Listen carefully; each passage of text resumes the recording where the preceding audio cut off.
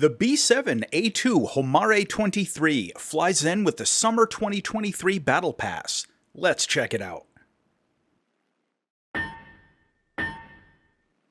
In 1941, the Imperial Japanese Navy Air Service recognized the need to conserve space on their aircraft carriers and consolidate some of their different combat roles to reduce the number of types of aircraft that were in service.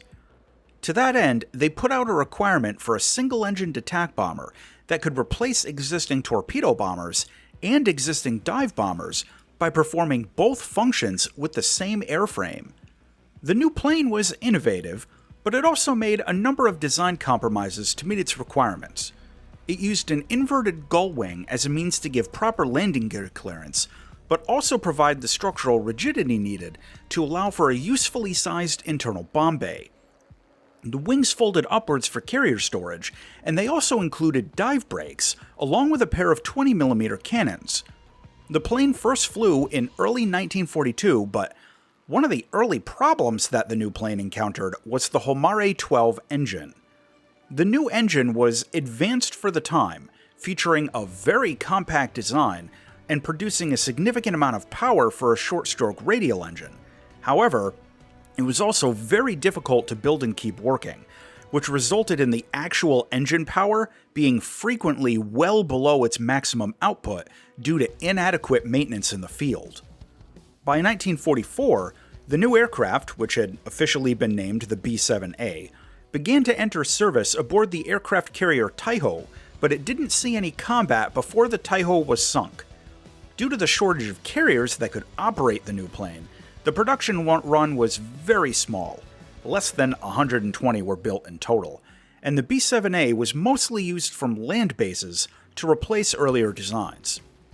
A couple of experimental prototype versions were built using upgraded engines, such as the Homare 23 and the Mk9A, and while the new engines pretty significantly improved the performance, the strategic situation for Japan had grown pretty desperate, and the B7A found itself a very low priority aircraft. What we get in War Thunder is the B7A2 Homare 23. This is the aviation reward from the Armor Breaking Ambusher Battle Pass season in summer of 2023. This is a naval torpedo bomber in rank 3 of the Japanese tech tree, with a battle rating of 3.7. The B7A2 in the regular tech tree is very similar, and most of this review applies to that one as well, but the tech tree plane has a slightly weaker engine and significantly downgraded flight performance as a result. The plane's main armament is a pair of 20mm Type 99 Mark II cannons with 200 rounds per gun. This is a fairly medium performance cannon, with a lower cyclic rate than I usually prefer, but it's more than adequate for this battle rating. Just know that sometimes targets will be able to fly between your shots, even if you have a correct firing solution lined up. The ammo belts you get provide a good variety for different purposes. I usually prefer the tracer belts for air targets, as it seems to provide the most consistent damage output overall. For loadouts, the B7A2 can take 3 different sizes of bombs in its bomb bay and wing mounts, as well as a torpedo. My general preference for almost all situations is the 800kg bomb carried internally, but more on that later. The torpedo is the Type 91 Mod 3. This is an incredibly effective torpedo for this battle rating, with a very high drop speed, 2km effective range, and a good warhead. You can reliably sink targets up to heavy cruisers in one hit. The flight performance on the B7A2 is quite good for a single-engine bomber. It has a better rate of climb than a lot of the fighters it goes up against. Its turn rate is also pretty similar to a fighter, and it's much better than other light bombers. Plus, it's reasonably fast. It tops out at around 580 kilometers an hour, so it's a little bit faster than other bombers, but a little slower than some of the better fighters in its BR range. Now, in terms of combat agility, the B7A2 is good but kinda quirky. It pulls really well on the vertical axis with its elevators, which is important, but its rudder lags a little bit, and the roll rate is frankly unimpressive. Now this version, with the upgraded Homare 23 engine, has a bit more power, and that helps with energy management. I find that after dropping its payload, the plane flies very much like a regular fighter, with the exception of the crappy aileron response. Now, that lackluster roll rate means that if you're in a dogfight, you're going to need to plan your maneuvers about a full second or two in advance, and unfortunately, this plane isn't usually very good at defensive flying, since your opponent will be able to see your maneuvers ahead of time if they're paying any attention at all. Now, the good news on that one, though, is your rear gunner. He won't be racking up a lot of kills, but it can be an issue for somebody following behind you in a turn, and it helps mitigate your weaknesses a bit.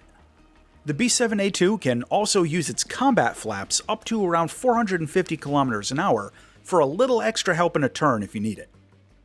Also noteworthy, the plane has excellent dive performance. Its air brakes work pretty well, and if you cut the throttle and hit the brakes, you can maintain almost a 40-degree dive without gaining airspeed, which is pretty impressive, and it allows for some pretty accurate bombing. The wings rip around 670 kilometers an hour though, so you still want to watch your speed when you're diving down. Taking the B7A2 out in air battles is similar to other single-engined light attack bombers, but it's basically better than all of them. While the overall payload isn't amazing, it's still adequate. If you take the single large bomb, you can take out about half of a strategic base in one hit. You can also load up the smaller bombs and scoot around for lighter ground targets, but personally I generally prefer the larger bomb on a base, then switch to flying out like a fighter. You get an air spawn, and combined with this thing's great rate of climb, bomber interception is actually really easy. But this plane isn't super tough and its wings are huge, so defensive gun turrets can still be an issue. I find that a lot of opponents tend to underestimate this plane in a dogfight. They see a torpedo bomber and assume it's just going to be an easy kill. You can use that to your advantage so long as you keep the poor roll rate in mind. In arcade battles, the plane's flight model isn't buffed as much as the single-engine fighters it goes up against, so ironically, the plane is actually better as a fighter in RB than it is in AB because of its opposition. Still, in AB, the 20mm cannons can hit pretty hard against other low-tier targets, and reloading its bomb in the air can let you rack up a lot of mission points. For my 5 cents, this is going to prove to be a very effective grinder for arcade battle players. In terms of attacking ships, your torpedo is excellent, one of the best in this BR range. But just remember, if you fly out into naval battles, the anti-air batteries on player ships are quite a bit more active than on AI ships in air matches. If you want to fly this as close air support, again, I'm gonna recommend the single large bomb. The smaller bombs just don't have enough blast radius, and you need direct hits to get kills with them. The big ones give you a bit more leeway, and you can even get multi-kills sometimes because of their good blast radius. The cannons can take out light tanks if you use the AP belt, but I usually stick with the tracers for self-defense against other aircraft. Visually, I've always liked the B7A. I'm a sucker for the inverted gull wings and radial engines, and the Snail did a great job on the visual details. There are 2 skins that you can get, an unpainted silver finish and the default Japanese navy green, which is usually my own personal preference.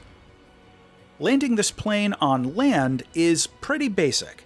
You can drop gear at around 350 kilometers an hour and landing flaps at around 275. But carrier landings are a little awkward with this plane.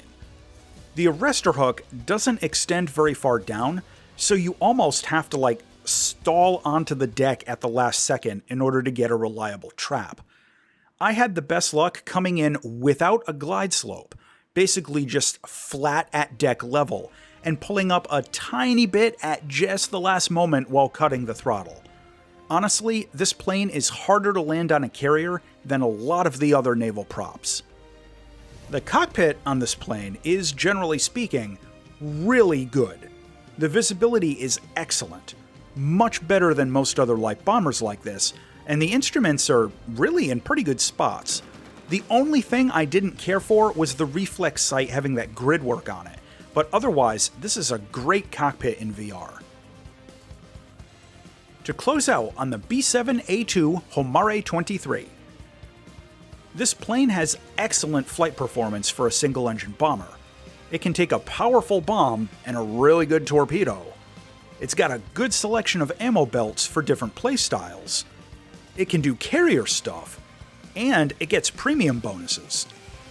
However, its overall bomb load is pretty light, its rate of roll is a significant deficiency, and it's kinda easy to shoot down if you start taking too many hits. The final verdict on the B7A2 Homare 23 is that the upgraded engine ends up making a surprisingly big difference, and in my opinion, this is the best single-engine light bomber in the game up until the American Sky Raider series. As always, thanks for watching.